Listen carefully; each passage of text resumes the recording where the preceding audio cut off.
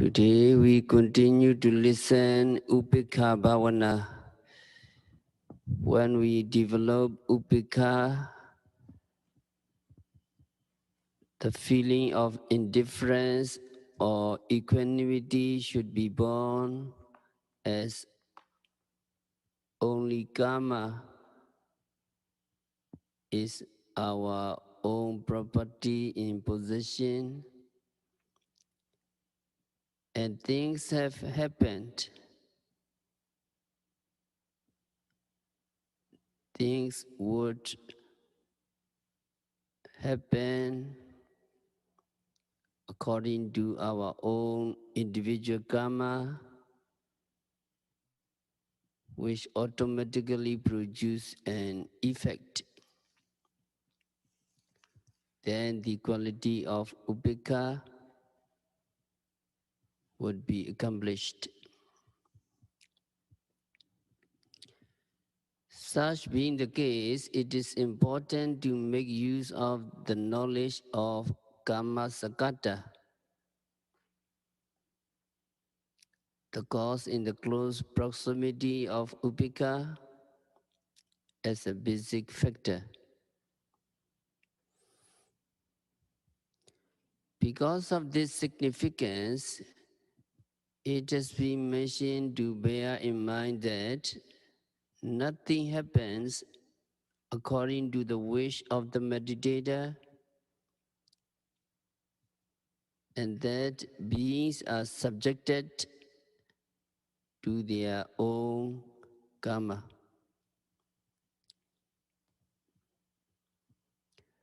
Accordingly,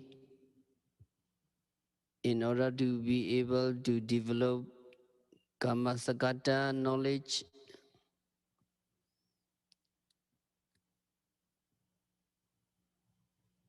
we mention Chula Karma Vibhinga Sutta from Uparipanasa Pali text.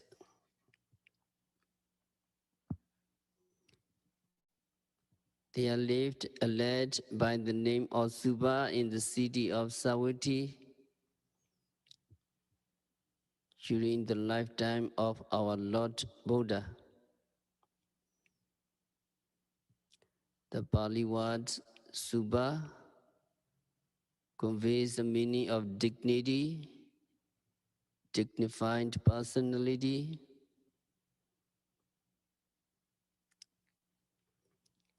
so he can be addressed as Mr. Dignity.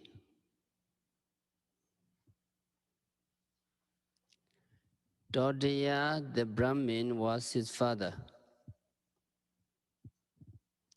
He was astrologer to His Majesty King Kosala, the ruling monarch. Dodaya was a man of great wealth.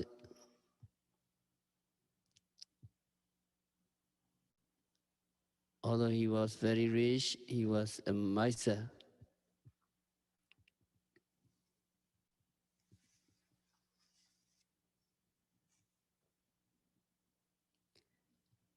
And Dodaya, the Brahmin, had no faith in and reverence for the Buddha.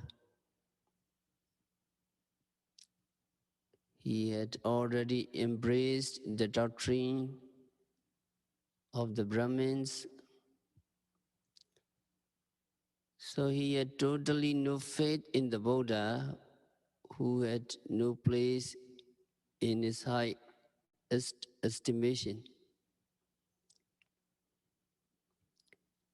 As a matter of fact, he had underestimated the noble qualities of the Buddha, the exalted one. Being a Brahmin, holding a different religious concept, which is of course a false view, he did not even care to listen to the Buddha's discourses, and he did not offer in charity anything.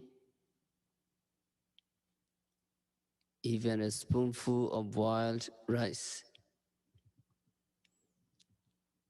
Not only that, Dodaya used to address the Buddha with disrespect as Bo Bo Bo. That term Bo was used on inferiors and equals.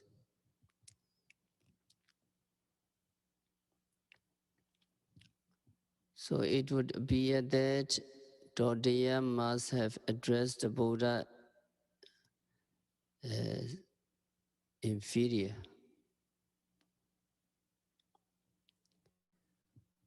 For having disrespectfully spoken to the Buddha, and also for having pleasurable attachment to his properties with greed. When Dodaya died, he was conceived in the womb of a bitch at his own house.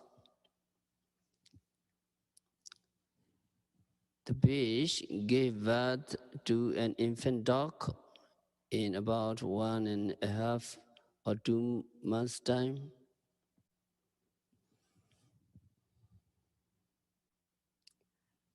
The young man Suba was very fond of that little dog,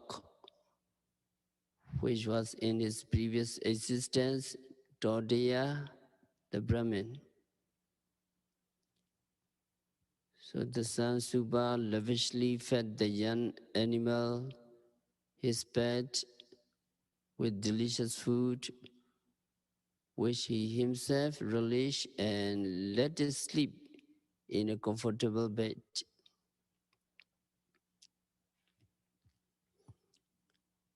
It was not that he knew of the little dog as his former father. However, those who happen to live together in their former existences are generally affectionate to one another.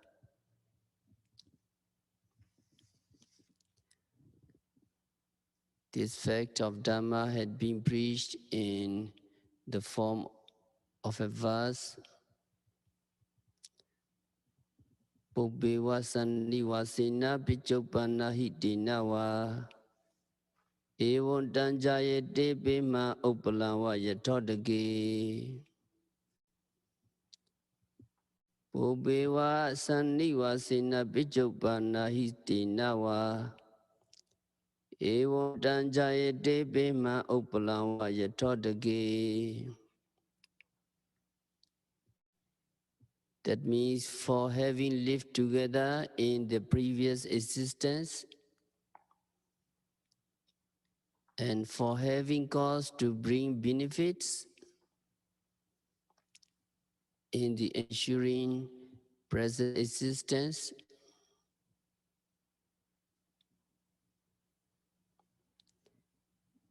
these kinds of peculiar affection or love is likely to spring up.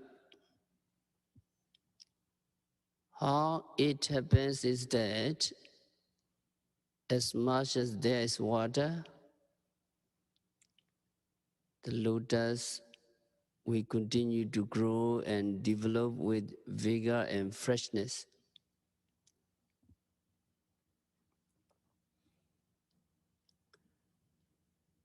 It resembles a lotus plant which sprouts with strength and vigor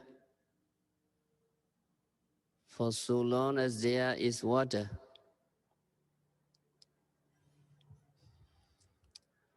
Also, love is likely to spring up for having lived in association in the former existence.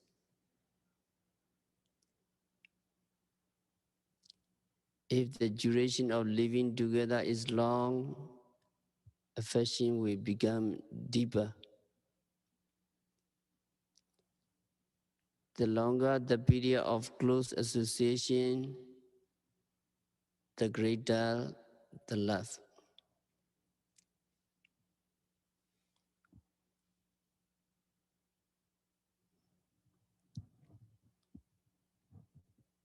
So really, why love is likely to spring up? Because for living together in the former life, previous life, for living association in the previous existence, and if the duration of living together is long, affection will become deeper. The longer the period of close association, the greater the love. Okay, can you follow me?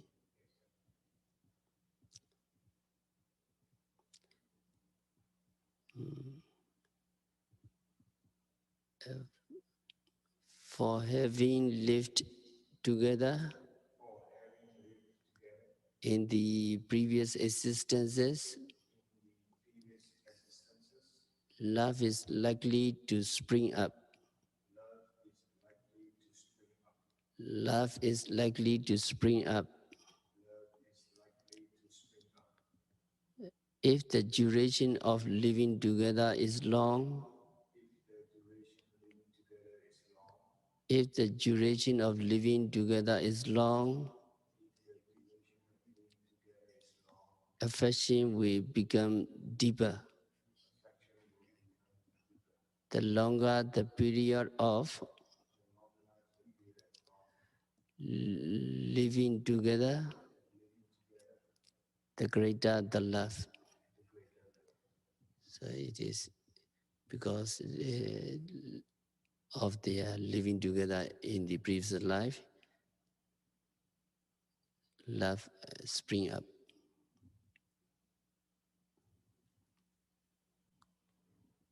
So there is nothing to be said in particular if joint performances have been made in the matter of meritorious acts. If you done together with meritorious deeds, also love will more greater. And in the present existence also, a person may become more affectionate to another who give assistance. If helping each other, so the love will greater. So this is clearly evident perhaps through personal experience. In the case of Todia, who had become a dog in his next existence, as he and his son were father and son, living together in his former existence. There is no wonder that Suba, the rich man's son, had his great loving attachment to the dog. One day, Buddha spread out his penetratingly keen observation over the entire universe. With his omniscience, Buddha's wisdom, which preceded his trance of great compassion. On reflection being made as to who could listen to his sermon with all earnestness, and as to who could attain the special Dharma, and who would be able to accept and entertain his faith in the Triple Gem,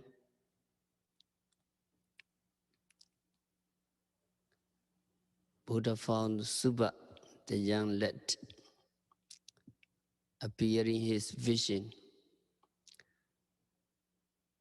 So Buddha in the morning on the same day in making his rounds for alms, purposely dropped in at the house of Todeya, the rich. On entering the house compound, the dog, formerly Todeya, rushed towards the Buddha, barking sharply. Then Buddha admonished the dog. Hey Todeya, you have now become a dog for having spoken to me and addressed me with disrespect as Bo Gautama in your former existence. Now, if you, as a dog, barked at me with a guilty mind, you will go down to Aviji hell. When the dog heard these words of the Buddha's admonition, it imagined, now this monk Gautama knows what has happened to me. The dog imagined. So feeling sorry for its own plight, the dog went off towards the back of the house and lay down to sleep in the ashes on the floor of the fireplace. The people in the house tried to carry him up, folding him in arms to be put on the fire couch. He used to roar and sleep, but in vain. On reaching back home from the visits to the other place, Subha the lad asked, "Who has moved the dog from its bed?" And members of the household told Subha that Noah had driven the dog from its bed and then related to him all what had happened.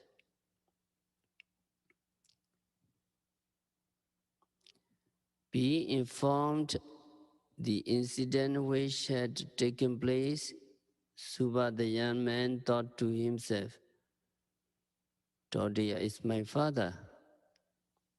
If the monk Gautama had called the dog as Todeya, that means my father has been reborn as a dog. In fact, my father has reached the abode of Brahmas. What the monk Gautama has said is nonsensical. So Subha felt he was insulted.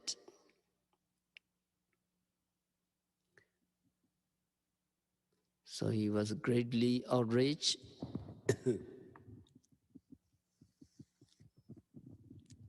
And then he immediately went out to see the Buddha with this malicious intention of making an accusation against the Buddha for telling lies.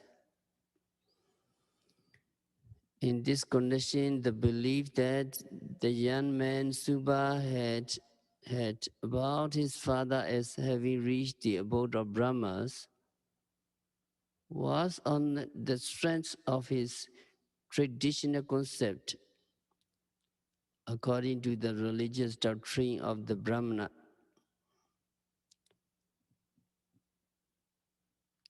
Brahmins have a belief that by practicing in conformity with the doctrine of their religions, they would reach the worlds of Brahmas on their demise. So there is one story. At one time, a commander-in-chief of the army by the name of General Mahadatta General Mahadatta had a firm belief in the doctrine of Brahmana and he had performed a ritual involving an act of sacrificing the life of a victim to propitiate a god called Brahmana Bhatta, spending a huge amount of money in the performance of rites.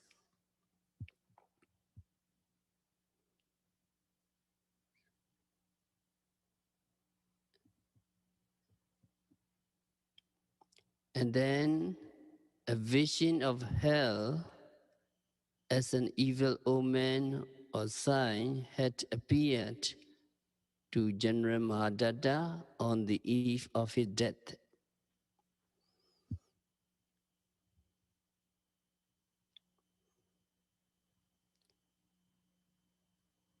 And then Brahmana teacher asked him, what you have seen or what you have visualized? And General Mahadatta replied, I've seen a bright lamp of brilliant red color. And Brahmana teacher said, it is Brahmaloka. So the General Mahadatta inquired where the Brahmaloka was situated, whether it is in the region high above or in the lower region below. He asked to the teacher. Thereupon the teachers answered that Brahmaloka is in the higher region above.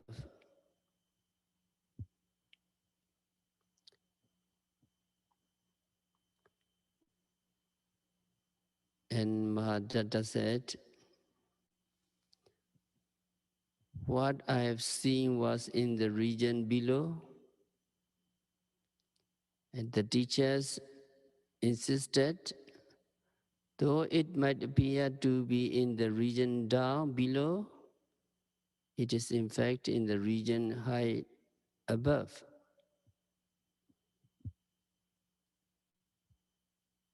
As Mahadatta passed away, while concentrating his mind fixed on this sign,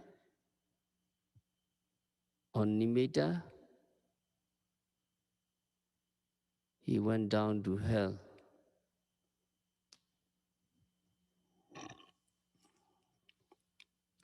It's mentioned in the Michima Panasa commentary.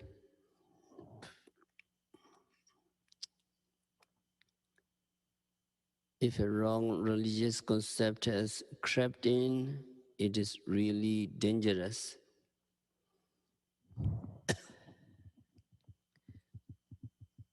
In some cases, some people hold a firm belief that by slaughtering a sacrifice to propitiate the gods,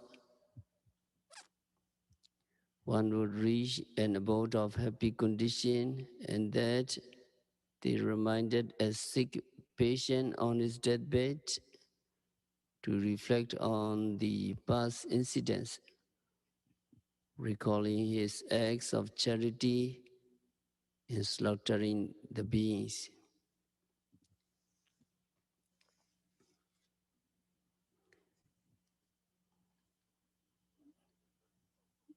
When the late Subha met the Buddha, he asked the Exalted One what he said to the dog on the occasion of the Lord's visit to his house was true or not. with reference to the information he had heard. Thereupon Buddha replied that what Suba had heard was exactly true and correct. Then in order to enable him to come to a right decision, put a question. O Suba young man, it is true that there are still a number of properties which your father had failed to mention where they are kept.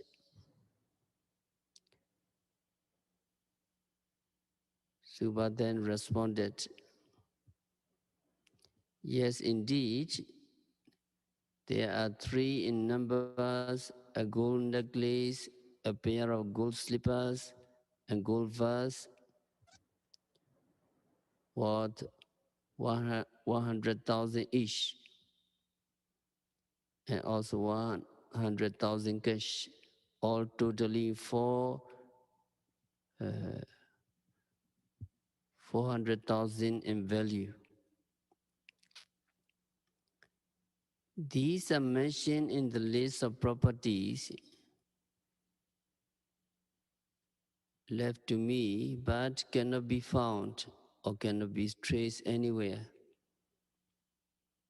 he said to the Buddha. Then Buddha ordered, if so, Suba, you better go back home now, and on your arrival, fed the dog with milk rice and other nice food. And then asked the dog where the missing properties are. The dog will reveal everything, Buddha said to Suba. On hearing the words of the Buddha, the less Suba reflected. If what monk Gautama has said were true, the missing properties would be recovered. If the words were found to be false, I will proceed to accuse him of telling falsehood. Then Suba the lad returned home and carried out what was to be done as directed by the Buddha. By the time the dog was dozing, Suba asked the dog, "O father, these properties, detail of which were given, are found in the list. Where are these properties?" Monk Gautama has told me that you know where these are kept. Please show me where they are. And the dog imagining,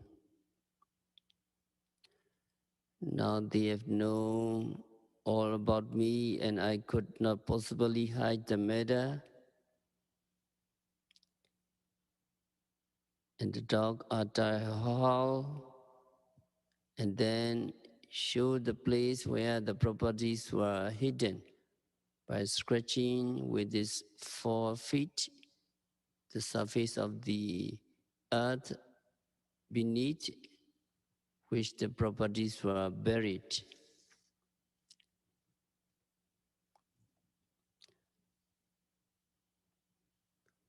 When they excavated the ground, all those 4 kinds of missing properties were discovered.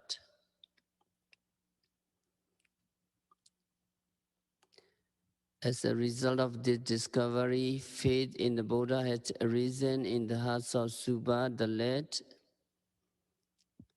and Suba came to realize that his father had undoubtedly become a dog after death. The dog, having revealed everything as stated by the Buddha, it had occurred to him that monk Gautama really knew the states of existence and possessed the faculty of knowing all about the former existence, future existence, and present existences.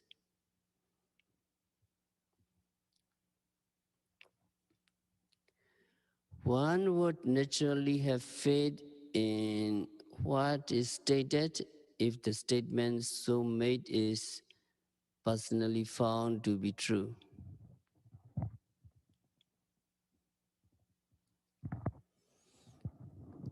Those who have embraced various kinds of religious doctrine do not generally believe in what has been testified by other different religious concepts contrary to their own.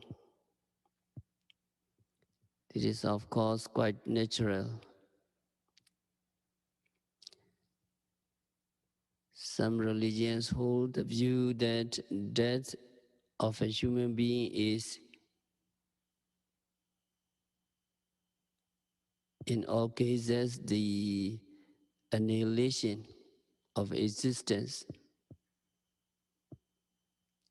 What it means to say is that there is only one existence which terminates with death.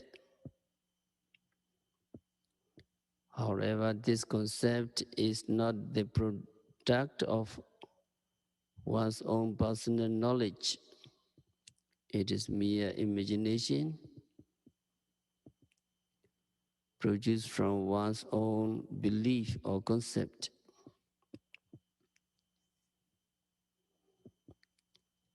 And in some other uh, belief, it is stated that after passing away from the human existence, a person will either go down to hell forever or elevate to the heavenly abode.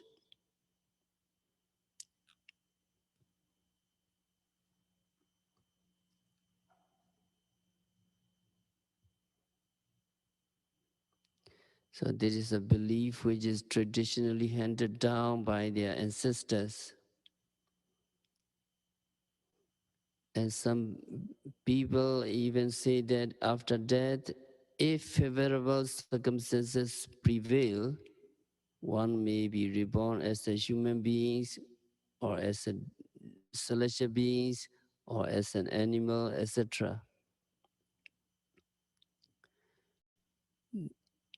In this condition, there are some extraordinary individuals who are said to have been endowed with the faculty of seeing and hearing, etc.,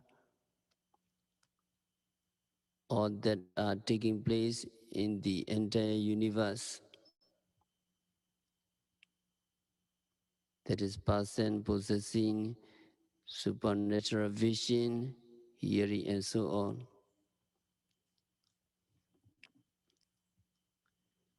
And Buddha teaching.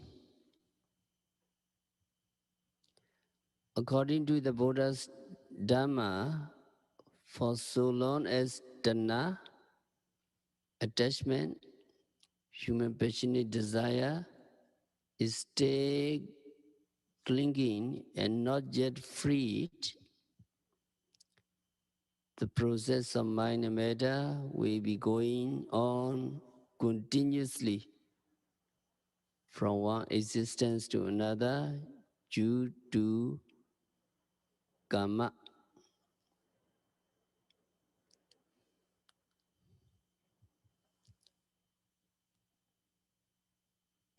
In common language currently in use, it may be stated that a human becomes a deva, celestial beings, or a celestial being becomes a human, or a human is reborn as an animal, etc., or an animal is reborn as a human being, and so on. In reality, it is merely the nature of phenomenal occurrences of the continuing process of mind and matter.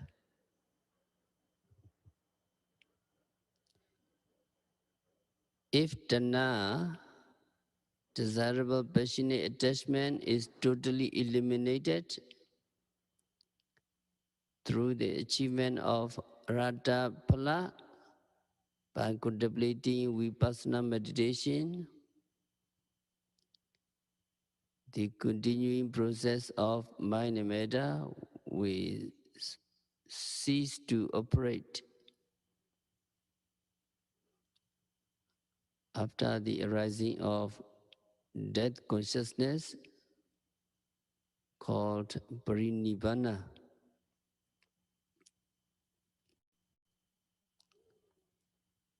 It is commonly known as entering into Parinibbana, ultimate death, after which there is no more existence to come. It is what has been stated by Buddha's teaching. This statement has been fully confirmed by the Buddha himself through his own perfect realization acquired through personal knowledge of Buddha's wisdom.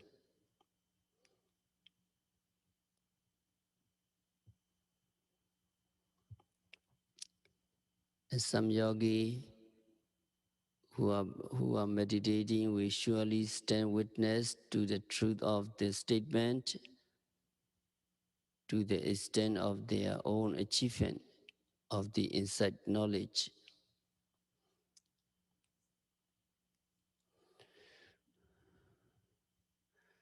The manner of how existences have come into being is fully supported by the story of Todaya, who had become a dog. In the teaching of the Buddha, there are numerous instances of this nature, which show as an evidence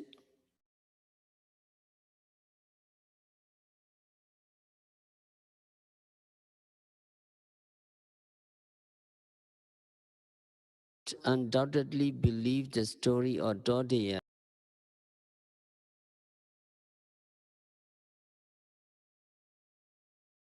Incidents like Suba,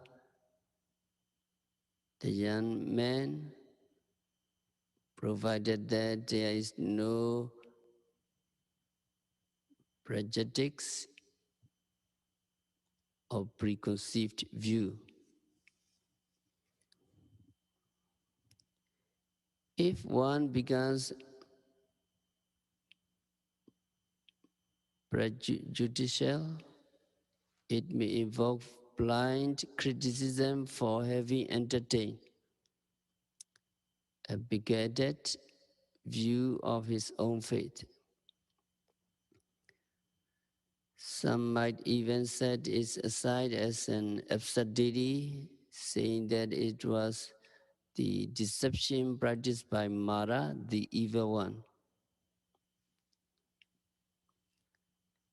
If a person refused to believe what the other has said through personal knowledge and experience, it becomes obvious that he has become biased with his own preconceived ideas.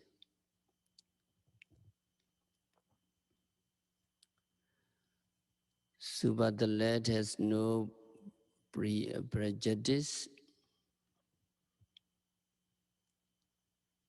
He could give a definite decision the moment he had personally seen and found the incident which was credible.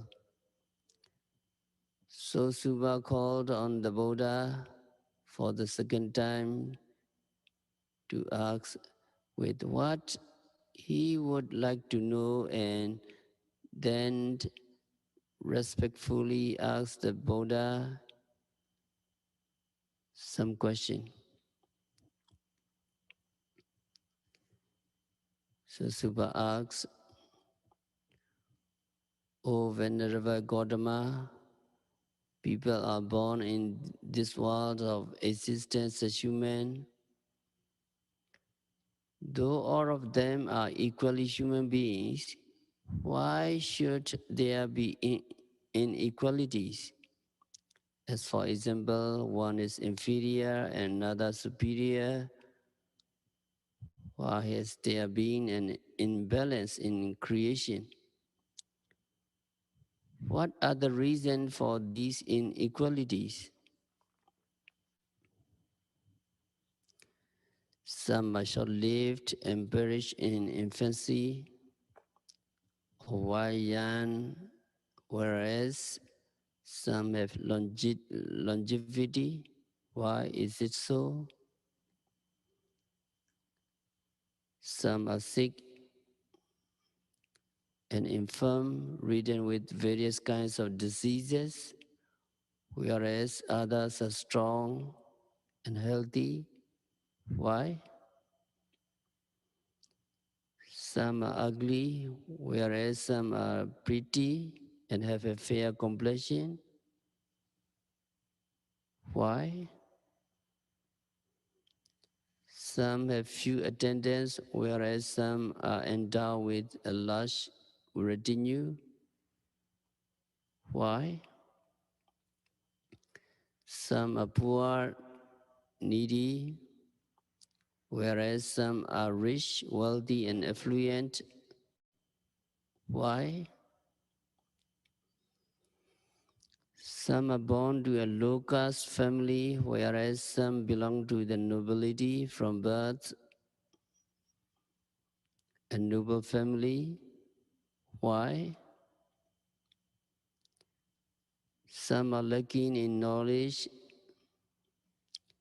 whereas some are highly intellectual or born genius. Why? These were the questions put for clarification to know the cause of the inequality that exists in the world.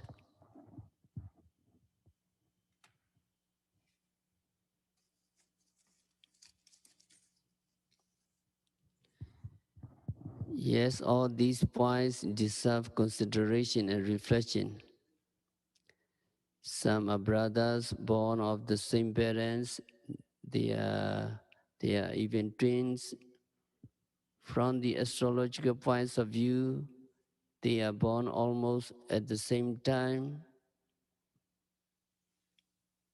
with little or no difference in hour, minutes, and second. However, there is an evenness in the equality of benefits derived by them individually. There may be a world of difference between them in health, longevity, in the accomplishment of attendance, wealth, prosperity, knowledge, wisdom, and education.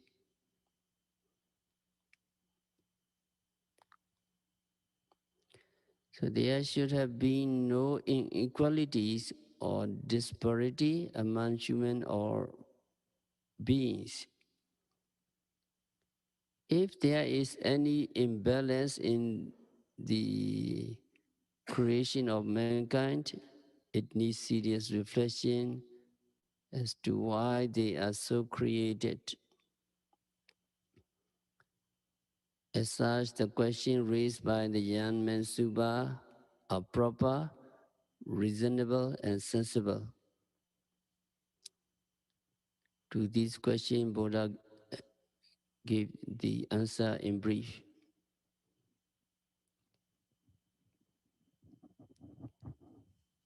So Buddha answer next week we will continue.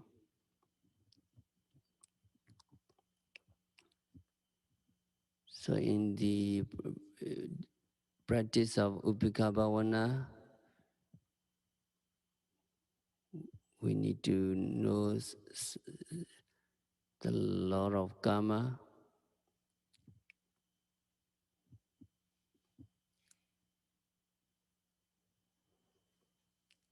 and then really is everything due to karma? Wrong, wrong.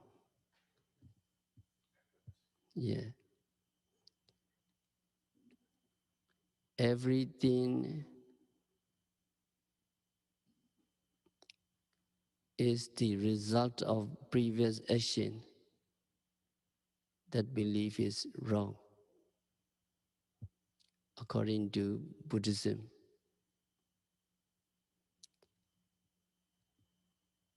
Any karmically wholesome or unwholesome volitional actions is not the result of former action, because it is the action itself. That is, volition is not influenced by the result of past karma. Volition is not influenced by the results of past karma.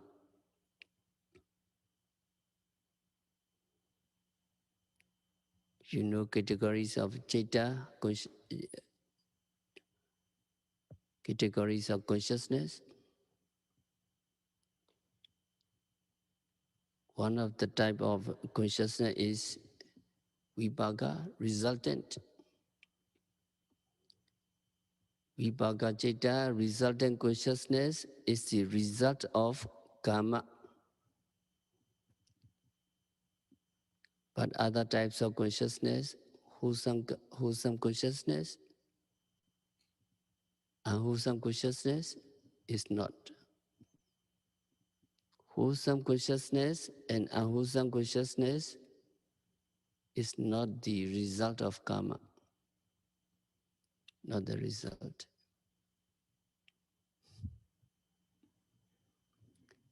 So not everything is due to karma. Not everything is due to karma.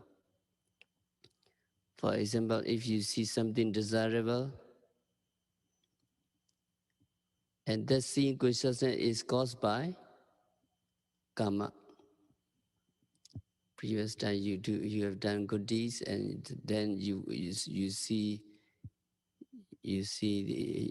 encounter this something desirable. But your action, your reaction to the seeing, or your reaction to that object is not caused by karma. Your reaction. So your reaction is new karma that you perform.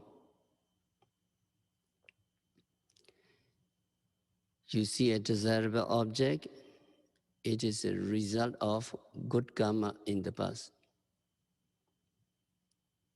And if you see undesirable object, it is the result of bad karma.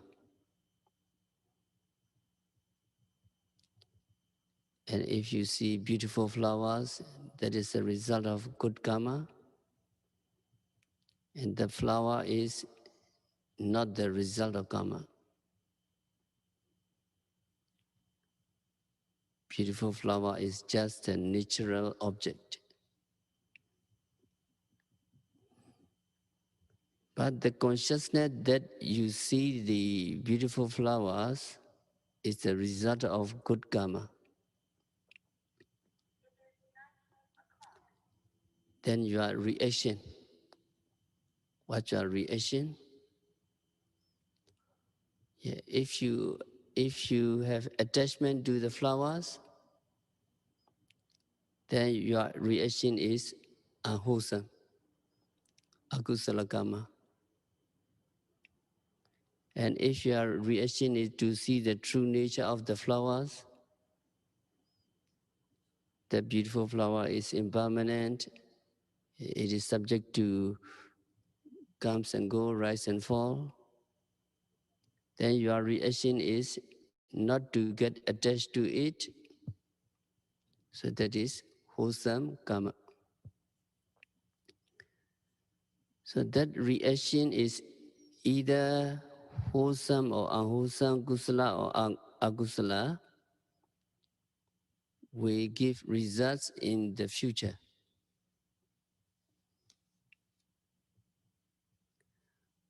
So whatever you come across in this life is the result of your karma in the past. But your reaction to it is not the result. Your reaction is not the result. Your reaction is new karma.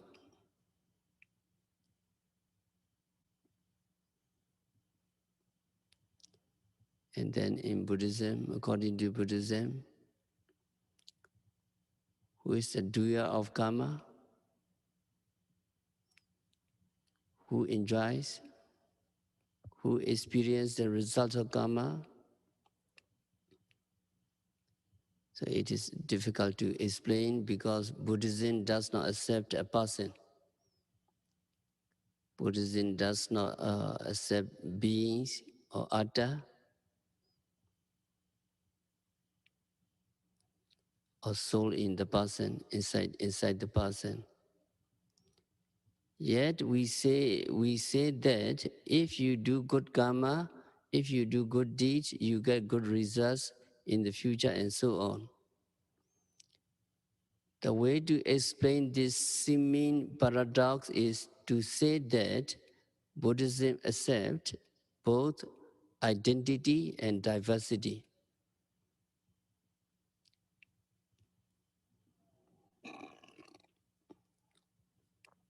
There is continuity, but not identical mind and matter existing for a long time. At every moment, new mind and matter arise and disappear. So there is something like continuity, but what is not identical to what existed before. Nothing from this moment is taken over to the next moment. So in the ultimate analysis, are there any doer of karma? No. There's no doer of karma. Any experiencer? No, no experiencer. No experiencer of results because there is no doer. There's no doer over and above the doing. Are there any experiencer? No. There's no experiencer of the results over and above the occurrence of the results. Doing and results. Karma and its results. Apart from the actions, we see no one we call an agent of the action. In conventional language, of course, we have to say that beings get results of good karma or being get results of bad karma, but the term being is just a mode of usage used for convenience. So in this thought process, the present karma is important. Vipaka, we just accept it. And present karma, how to react, how your reaction. Yeah. So we have to stop our discourse for today. By practicing Vipassana meditation, by observing every phenomena occurring at the six senses continuously and meticulously, and by developing Upekkhā Bhāvanā, may all yogis be liberated from all suffering. May all yogis realize the real peace in the very near future.